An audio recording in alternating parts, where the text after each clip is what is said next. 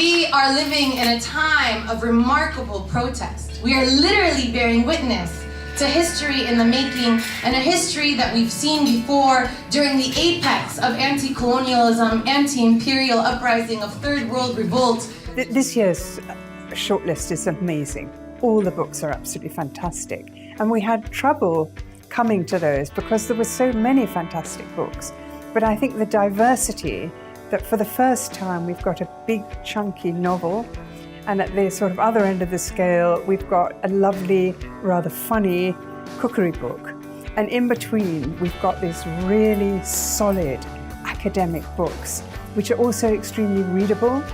And I think that all these books will sell. Well, one of them almost sold out already. And I think it's a fantastic cache of books. It's not easy to get published on Palestine for a number of reasons. And so we thought by organizing an event like this, we would encourage young writers to showcase their work, to celebrate their achievements, as well as publishers, to let publishers have an opportunity to feature their work on a very wide scale. And this is what we want to do, to send a message, to get the Palestinian narrative to a global audience, so that they would know that when we speak about Palestine, it's not just politics. We're speaking about culture, we're speaking about cuisine, we're speaking about language, artistic work, the whole gamut of literary endeavor. Allow me to also say how touched I am to see that most of the shortlisted are Palestinian women. It's a testament of that existence and that resistance. And you have seen the vigor and the rigor and the progressiveness of our women, the excessive critical minds of our women. My motivation for writing this book came from the decades that I've spent working in solidarity with Palestinians, trying to raise awareness of the injustices Palestinians face. And my aim with this book was to reach new audiences on the issue of Palestine, people who'd perhaps never heard about what the issue was, what people are facing there.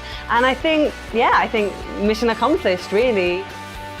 The Creative Award goes to Isabella Hamad for the praise. I grew up hearing stories about my great-grandfather, Midhat, from my father and his siblings and from my grandmother. And he was an eccentric man who was known as Al-Barisi, or the Parisian, in Nablus because of his sort of love of France. So when I set out to write the book, I was interested in looking at a character who is in some ways in love with many ways in love with Western aesthetics at a time when the British and French colonial powers are dominating the Middle East. The Social History Award goes to Professor Andrew Ross. Please join me in this one. For his excellent book, Stone Pen. I'm just very grateful. I'm not a regional specialist. I haven't written about Palestine before at any length. And I'm just fortunate to have been able to write a book that people find is useful. And that was my main goal, to write a useful book and to shed some light on Palestinian history. أنا دخلت مع كتاب كل كاتبين كتب في مجالات مختلفة. أنا الوحيد اللي بس آرت، يعني من آرت. بس الكتاب صحيح إنه مشروع كان بالنسبة لي مهم جدا، لأنه أنا بعتبر إنه كل أعمالي بمجملها هي تساوي الكتاب. We are not, despite all of the attacks on anything concerning Palestine, to be able to then assert that there is an audience for this, there is reception for this, and we are creating our own spaces where otherwise we've been excluded from and punished, is very powerful. There is no demarcation between scholarship and activism. To the contrary, I see that knowledge production is an emancipatory project.